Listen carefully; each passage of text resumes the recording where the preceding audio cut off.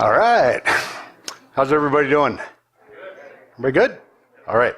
I'll try really hard to not say or do anything to screw that up for you. Car washes? Saving money on car washes. I save a lot of money on car washes by praying for rain.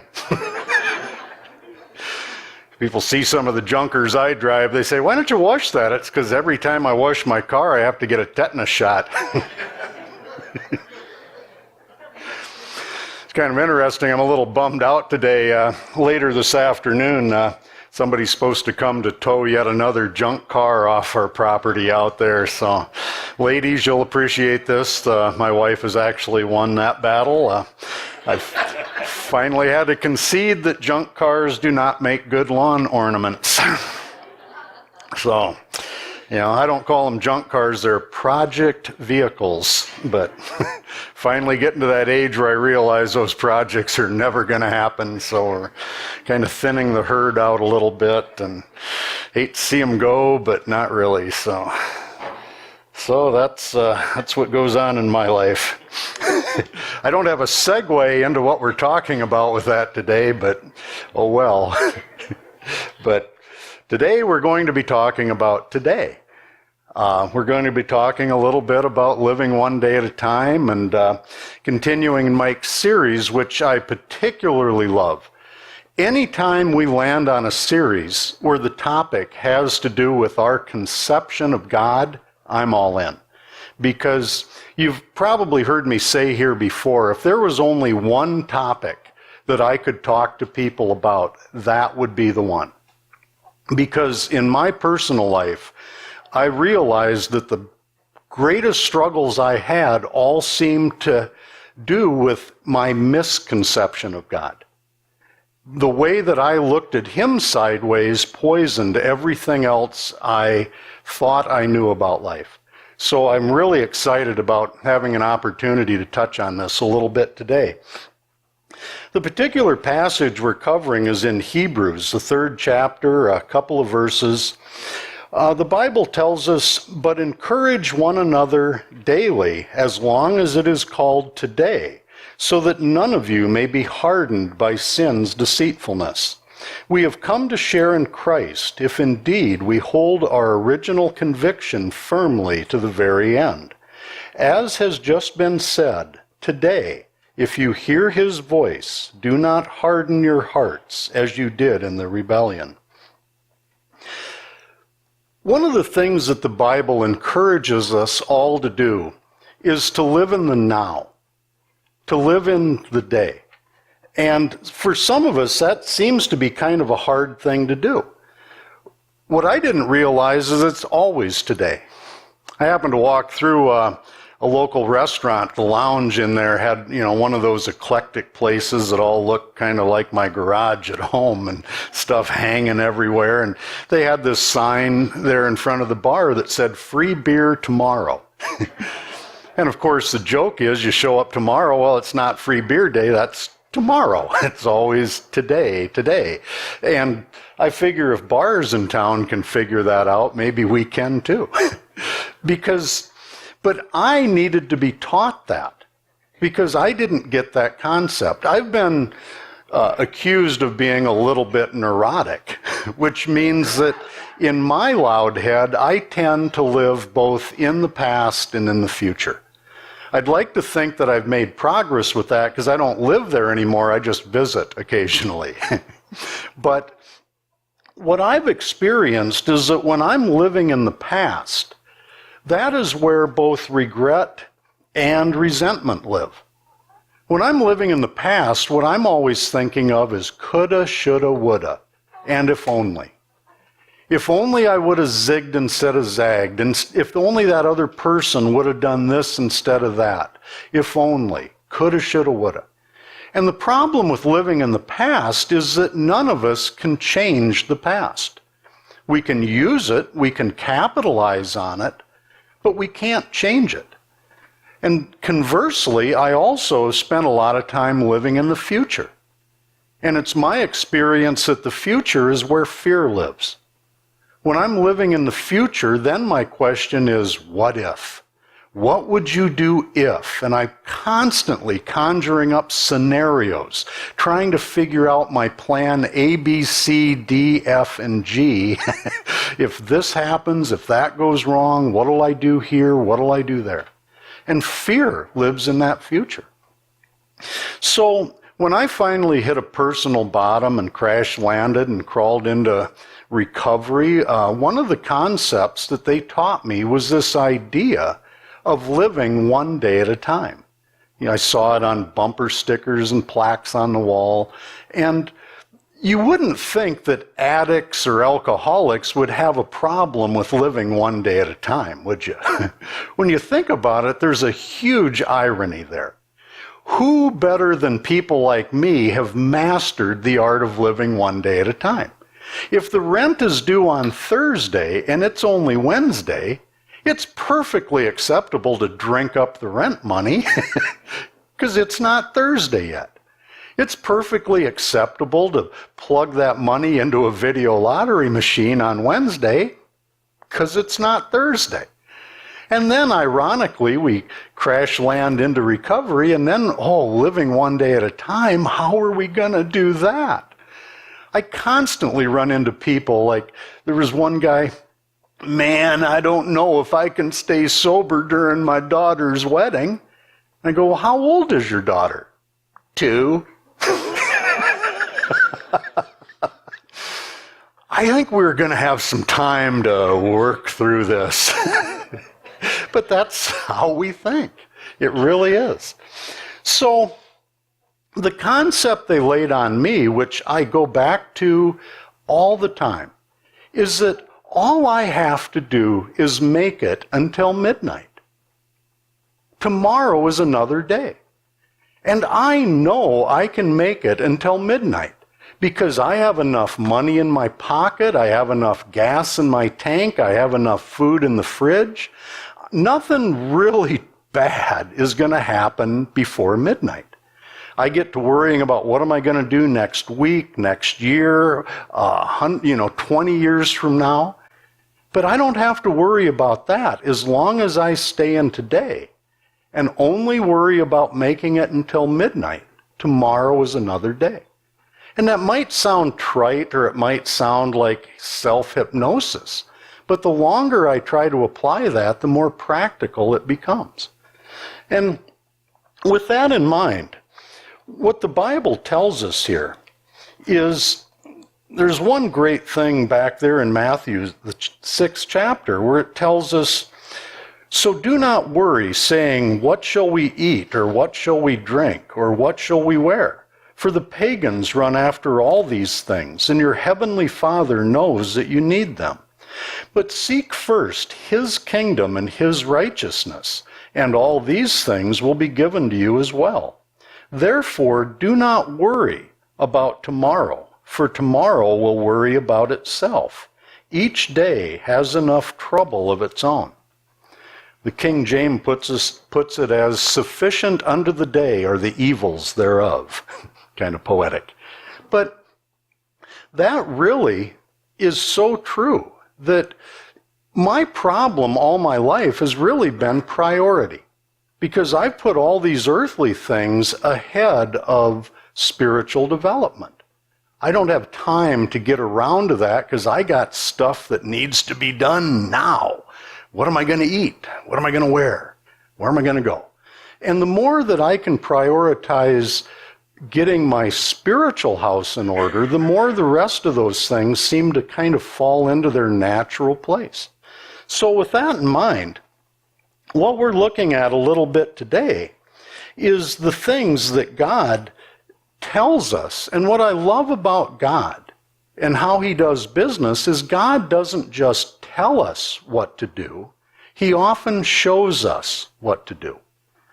That was one of the main points of Christ. And that's what we're talking about in this series, is how God showed up in a human body and modeled so many things that were only concepts before. He didn't just tell us how to live, he showed us how to live. And one of the object lessons that we get out of the Bible, when it talks about God dispensing his grace. If you remember the story of the Israelites in the Old Testament and how specifically God fed them in the desert for 40 years, he gave them manna. In the book of Exodus, the 16th chapter, it talks about, "Then the Lord said to Moses, I will rain down bread from heaven for you. The people are to go out each day and gather enough for that day." The Israelites did as they were told. Some gathered much, some little. And when they measured it by the omer, the one who gathered much did not have too much, and the one who gathered little did not have too little. Everyone had gathered just as much as they needed. What we get out of that object lesson is, first of all, God provided for their daily needs, specifically their daily bread. And he also provided the right amount, so everybody got what they needed. The rest of that story was sometimes the Israelites experienced fear. 40 years, something shows up. Eventually you'd start to think, I think I can trust this, right? Wrong. They're deep into this and they're still going, well, I know that showed up every day, 6 days a week, and on the 7th day we had plenty. On that 6th day we could cook it and boil it and we could save it, for the Sabbath every week without fail. You'd think they'd trust that, but no. And so a lot of times they'd go out and think, well, I better grab a little extra. And then they'd find the next morning that it got moldy and wormy and gross. So the lesson there was, if their fear caused them to grab too much, it didn't do them any good. It didn't last. But they just had to be taught the lesson that every day God is going to provide. And he did. But it's kind of funny how even though every day he did that, they still didn't quite trust it for the future. A good lesson in fear. So the first part of this is we're going to start looking at the what, at the when, the what, the how, and the why of specifically how God provides for our needs.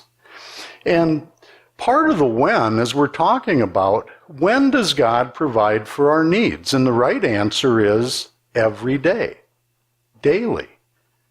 One of the main things Christ taught us to ask God for in the Lord's Prayer was, give us this day our daily bread. Now, if I wrote that prayer, I'd say, Lord, give me enough bread to last the rest of my life so I can get on with other things. Give me a whole warehouse full of bread and I'll quit asking you. But that's not how God does business. Give us this day our daily sustenance, our daily bread. And so that is how God does it. And what I've experienced in my life that was very profound to me is that God's grace is dispensed on a daily basis and on an as-needed basis. And I've had some rather profound lessons of how I've experienced that, where what finally dawned on me is I have a lot of fear today because I have this much of everything I need. And I know the days are coming in the future where I'm going to need that much. When that day comes, miraculously, I have everything I need that day. But because I don't have it in advance, I worry about having it then. For instance, I've got a bad knee because that's usually what I use to walk home on. And this bad knee of mine, years ago, I needed to have it fixed, and I put it off for years. I'd be limping around, and it wasn't a major surgery, but it just needed to be fixed. But I put it off. I had this tremendous fear because I knew that the days when I wasn't having it fixed yet, I couldn't imagine handling the pain and the hassle of it and the expense of it. And finally I get desperate and I schedule this surgery, and I woke up the day of the surgery, and the night before I'm just anticipating being wound up in a knot because of all this stuff I'd worried about for years. The day I woke up and that was scheduled to be done, I was perfectly calm. Perfectly calm. And then I started worrying about that. Did I lose my mind? I should be scared. This is a big deal. And I couldn't even conjure any fear. Because that day I had everything I needed to go in, get this done, deal with the aftermath. I was fine. I wasn't fine the day before, but it wasn't the day yet. And I was fine the next day because I had exactly what I needed that day. And that's just one of many examples I could give you of how God has worked with me to help me understand we get what we need on a daily basis, and we get exactly what we need that day. So that's kind of the when and a little bit of the what of how God operates. The second part that we get out of this passage in Exodus is that God is more concerned for our needs than our wants. And I think there's a simple reason for that. Our needs are always satisfied. We can be hungry, but I haven't seen anybody starving to death in a long time. I mean, somehow God provides for people. He provides food, clothing, shelter, what we need. But he's not so invested in our wants. And the way God gave me an object lesson in that is he gave me the dad I had. If you knew my dad, you'd know that he, like God, was all about providing for his family's needs. Their wants, not so much. But my dad, like God Almighty, knows that our wants are insatiable. Our wants are always growing because they're fed by our ego. If you give me something I want, all I start thinking is, what else can I get? What's the next thing? If I'm walking, all I want's a pair of shoes. But if I walk too long and I have shoes, I'm thinking, I really would like a bicycle. You give me a bicycle, I'm thinking, wouldn't that be cool if this had a motor on it? Put a motor on it, now I have a moped. But it's not a Harley. You give me a Harley, and that's great until it gets cold out and I'm eating bugs, and I think, car would be nice right about now. Any car. Give me a car, and that's pretty good until somebody pulls up at the stoplight in a Corvette. Hey, I did not get a Corvette. I got a Chevette. So it's a great way to get a gal out in the parking lot. Hey, you want to go over for a ride in my vat? Chevette. Anybody remember when they made those things? If you got one of those on the road, you've got something. I wouldn't even park that in my driveway. But that's how our wants are insatiable. We want. But our needs are what God is primarily concerned with. And especially to give us an abundance, not so we can have more, but so we have provisions, ample provisions to provide for others also. And you see, that's how God blesses us, so we can bless others as an extension of that. And that makes pretty good sense once you understand what God is up to. The other thing that God provides, I learned, is there are certain circles, like in 12-step recovery, where the prayers are pretty simple. And what I learned in there is basically we only ask God for 3 things. 4 things, actually, if you include forgiveness, which I highly recommend. But beyond asking God for forgiveness, the 3 main things we are taught to ask God for are knowledge, willingness, and power.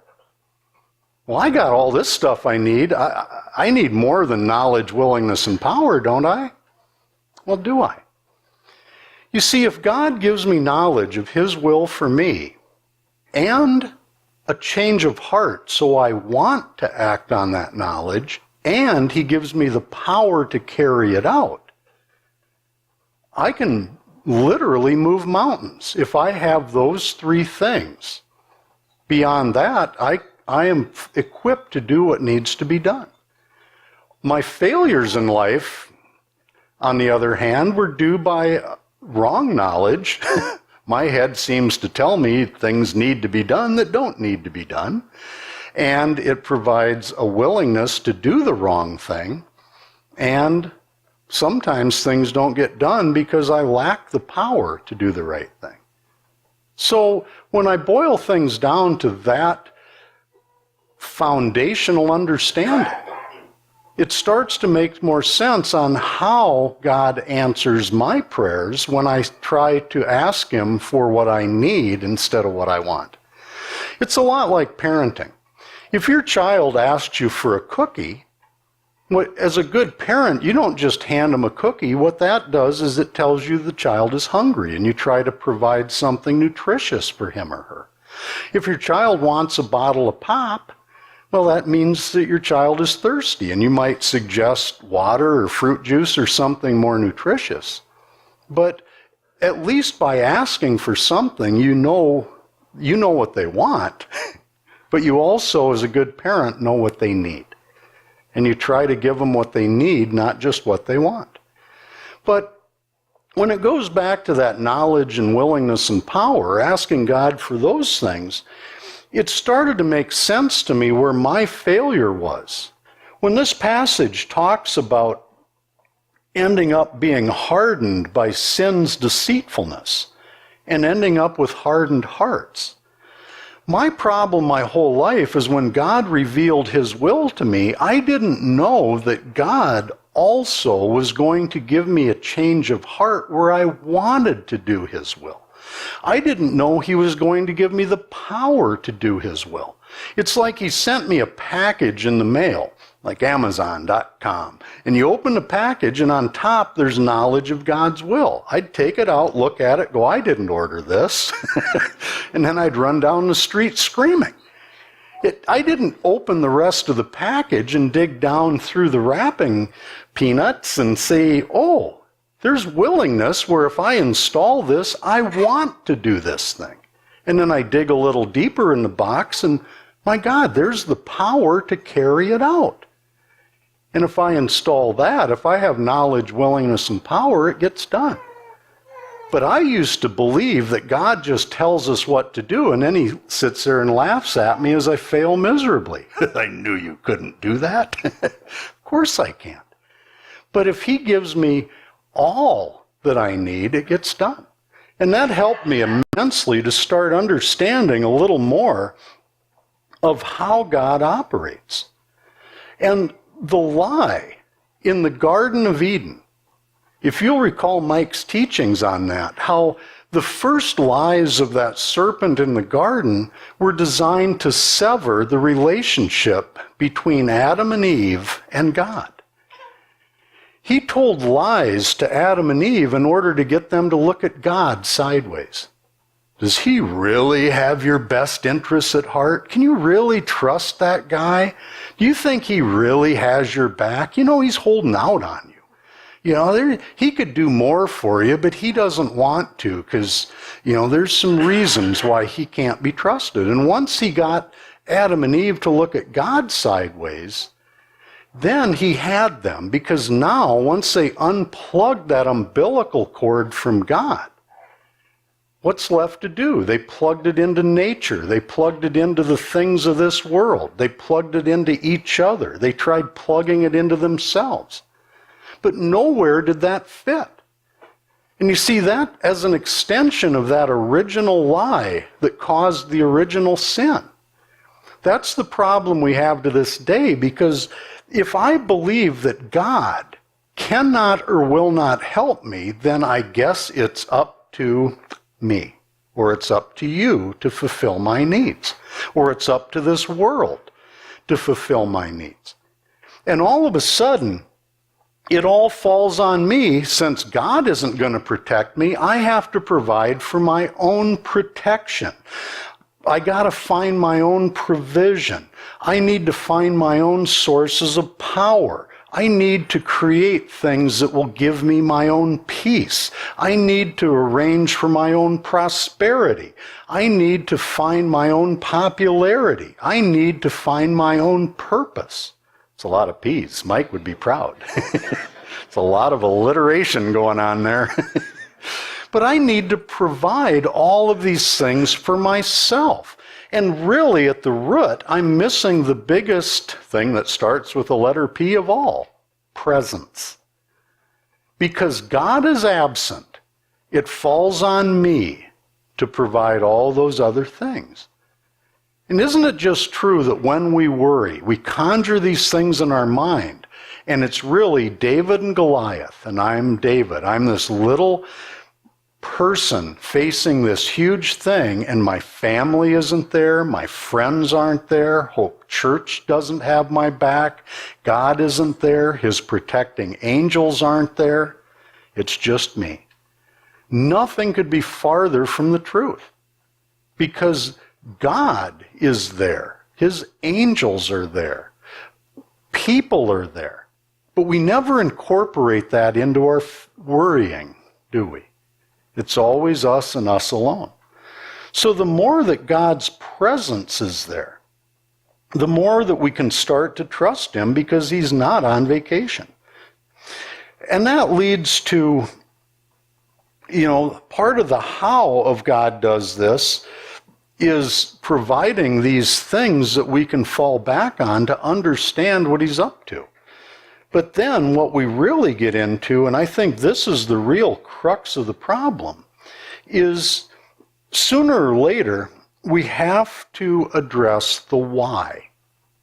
And you see, this is where I always got stuck with my conception of God. It's not so much how he's going to help me or when he's going to help me or what he's going to do to help me. None of that matters if I don't really trust him. Why should God help me? And you see, this is where one of the biggest lies of all in all of our heads, because we have these lying lower natures. I believe the number one thing our head lies to all of us about is it lies about God. It lies about God's nature, about God's character. Our heads lie about how God is, who God is, what God is. And that's why I love this ministry at Hope Church, because more than anything, the consistent message that we try to lay down is the message of how God is. You've often heard me define the word gospel. The word gospel means good news. And that leads the question, okay, so what exactly is the news and what makes that news good? What is the good news? You get to go to heaven when you die? Well, that's pretty cool, but I got stuff right now that needs to happen. You see, it turns out the message of the New Testament, the gospel message of the Bible, here's the news. The news is there is a God, and that God is friendly. There is a God, and God not only loves you, he likes you, which is harder for most of us to get our head around than God loves us. God likes us. God is a friendly God. Now, if that just rocked your world, it makes me happy because you're in the right place. If you've heard that and you believe it, thank God that you know that and believe it. Because that is huge, to believe that God is a God of love. That's the great news. Everything else comes from that.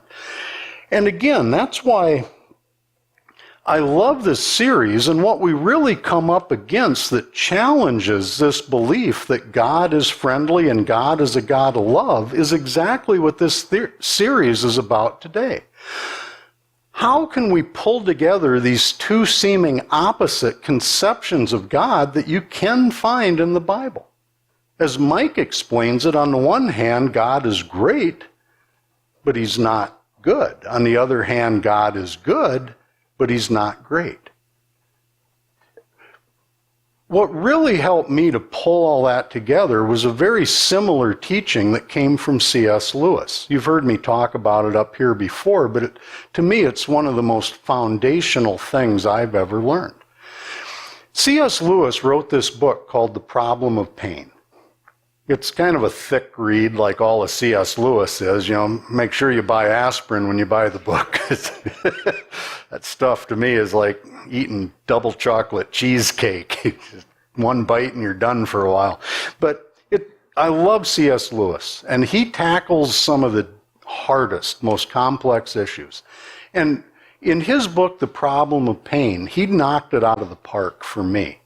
Because what he said basically was, the problem of pain, when we are in pain, we tend to look at God sideways. We're looking at him going, what's up? Why? If you're so kind, if you're so benevolent, if you're so loving, if you have all this prosperity and you're so generous, why am I in this situation? Why am I in pain if you're so great? And C.S. Lewis goes on to explain that opportunity for our lower nature to deceive us at those low points in our life, what we tend to do is form one of two opposite conceptions of God. On the one hand, you have a God standing here like this, with his pockets turned out, shabby clothes, he's poor. And he's going, dude, I see you hurting there, and man, I want to help you. I do. I feel for you, brother, but you know what? I'm kind of tapped out here.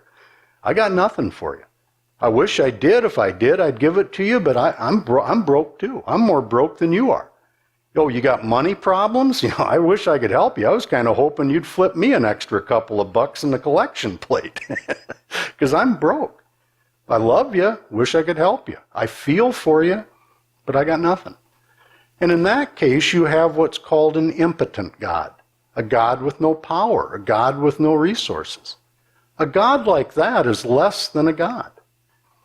On the other hand, you have a God like this, tremendously powerful, rich beyond measure, trillionaire, standing here like this going, oh, I see your pain, I see your suffering. Yeah, that's pretty tough down there, and I could help you, but I don't want to. I'm not going to lift a finger. I could, but I have the resources, I have the power to fix that, but nah, I'm just going to pass on this one. Oh, you got money problems? Oh, I'm a trillionaire. I could just fix that with pocket change, but not going to. And you see, in that case, you don't have an impotent God. What you have is a very indifferent God.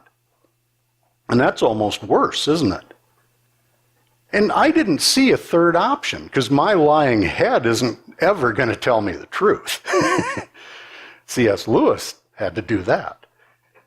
God through C.S. Lewis. But I love how C.S. Lewis addressed that, because the answer, how do you bring these two opposites together? What's the third option there? And you see, the whole answer was contained in the Lord's Prayer in two words. Our Father. Our Father. Remember how one of the main things that they wanted to kill Christ for, the Jewish leaders, the blasphemy of him referring to God not only as his Father, he called him Abba, my daddy. Oh, the horror. You can't call God daddy. How did we have to kill this guy on principle? How can you call God daddy? Our Father, our Abba, who art in heaven. And that just flipped a switch with me, because I thought, how many people here are parents? In fact, how many people here have had parents? That's about 100% right there. I'm not even good with math. Yeah, 100%, that's almost all of them. But now, how many people would admit, without raising hands, maybe your parents weren't stellar parents? Yeah, maybe you see, because God's ideal with family, and that's okay, because God's ideal with family, the ideal was to model both love and law in two parents. You can't do it with one, but you can kind of do it with two. So generally, And I'm talking high ideals here, not practical realities, but in theory, if you had a husband and a wife, a man and a woman in the family, one would take on the law role, the disciplinarian, usually the dad. Wait till dad gets home. And the father would be the legalist, and the father is usually the one that had standards and expectations, and you had to please dad. On the other hand, you had the more maternal role, usually the mother, but not always, but somebody that modeled the grace side of it. You can always go home. I will love you unconditionally. Serial killers, you have everybody in the courthouse on the prosecution side and one person on the defense side, mom. Seen that play out again and again. Their mom is there no matter what they did. So you have the love of God modeled by one side, the law of God on the other. It's been said about fathers and about God. They're very easy to please. Fathers and God are both very easy to please but hard to satisfy. It's always, you can do this, do a little more, a little more. But how can you wrap all that into one person? And you see, this is where it started to make sense what God is up to when you see him as a parent and not just as a God. Our Father. How many people here think it's stellar parenting to give your kids everything they want? Anybody? What happens when you just dish it out to your kids in unlimited measure? They become spoiled. Kind of like manna got spoiled when they took more than they needed for that day. Spoiled kids, spoiled rotten. So we don't just shell things out to kids, and why wouldn't we give our kids something? If they had a money problem, why wouldn't you just hand them cash? If they have a relationship problem, why wouldn't you just drive across town with a baseball bat and fix that for them? If they have another problem, why would you withhold your love from your own child? And of course, you already know the answer. You're not withholding your love, just the opposite. You're modeling your love. Lessons are what we get in life when we don't get what we want.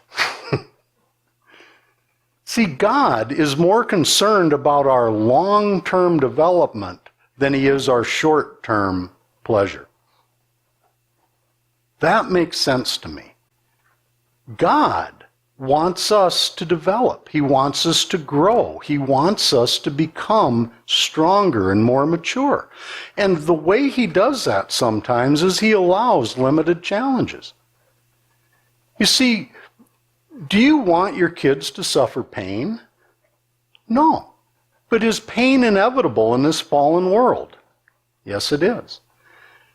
Would you let your kid learn to ride a bicycle? That's kind of cruel, isn't it? What if they fall off?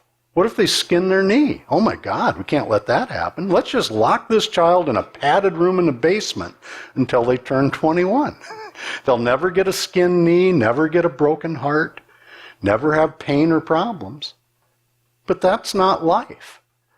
So the same day you go to the hardware store and buy them a bike, you buy them training wheels and a box of bandages. You don't shove them off the bike, but you know that's part of the controlled environment where they suffer some short-term pain for the greater good. And the best part about pain is it softens our hearts and makes us more sympathetic for those who still suffer. If we see this part of our development as benefiting other people, then the last tumbler, I think, falls into place and it all starts to make perfect sense. Christ himself, I suffered that I might know suffering.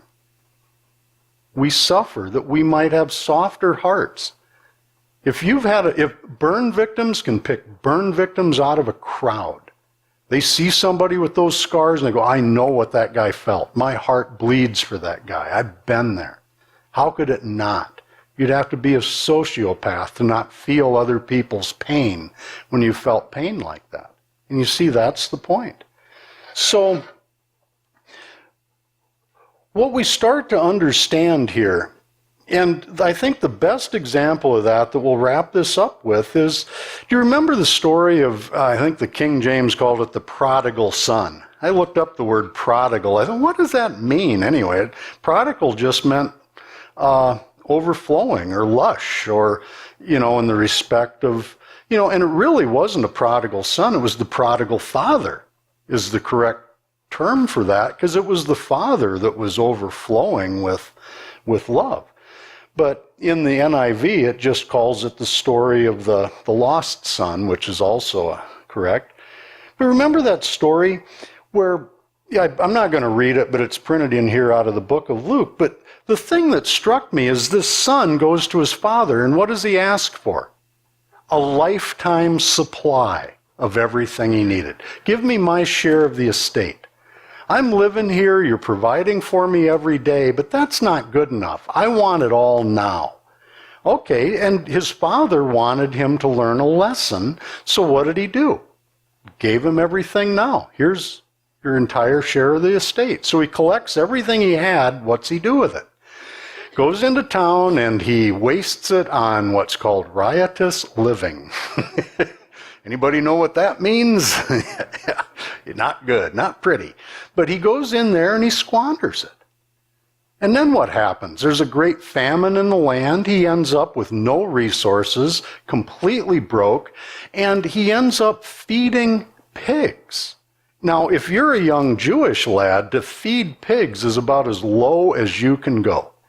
So, and he's jealous of the pigs because they're eating better than he is. He's looking at the pig food going, man, that's looking pretty good right now. And then the Bible says he came to himself. He came to. The blinders came off. And he went, I had it pretty good at home. My father's servants not only have food to eat, they have an abundance. I have nothing. The pigs are eating better than me. I should go home and beg my father to make me a servant in his house. At least there I'll have something to eat. So he goes back home, and he has this little speech prepared of how he's going to admit his wrongs to his father and ask for a position as a servant and beg for forgiveness. He didn't even get to blurt that out. His father sees him when he was a long way off, which meant he was watching the road for him. And he runs to him, throws his arms around him, puts his coat on him, puts his ring on his finger, and kills the fatted calf and rejoices. My son was dead and now he's alive. He's lost and now he's found. See, that is what parenting looks like. And that's how God is. If he doesn't give you what you need, maybe there's a reason. If he doesn't give you what you want, maybe there's a reason. But I flat guarantee that the one reason God has is love. God has one reason why he does what he does and why he refuses to do what he refuses to do. Love. That might be hard to believe sometimes.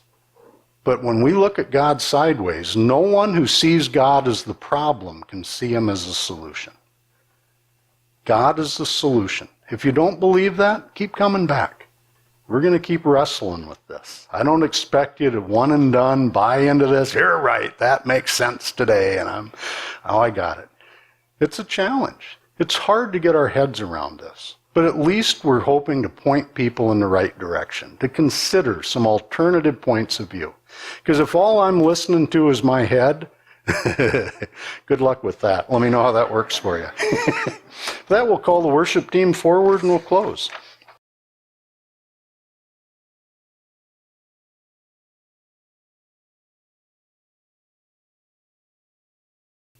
I couldn't think of a better way of wrapping this service up than to publish on the back of our worship bulletins the original form of our Serenity Prayer, which we did an entire series on, by the way, but I think this really hits all the high notes of what we're talking about in this series.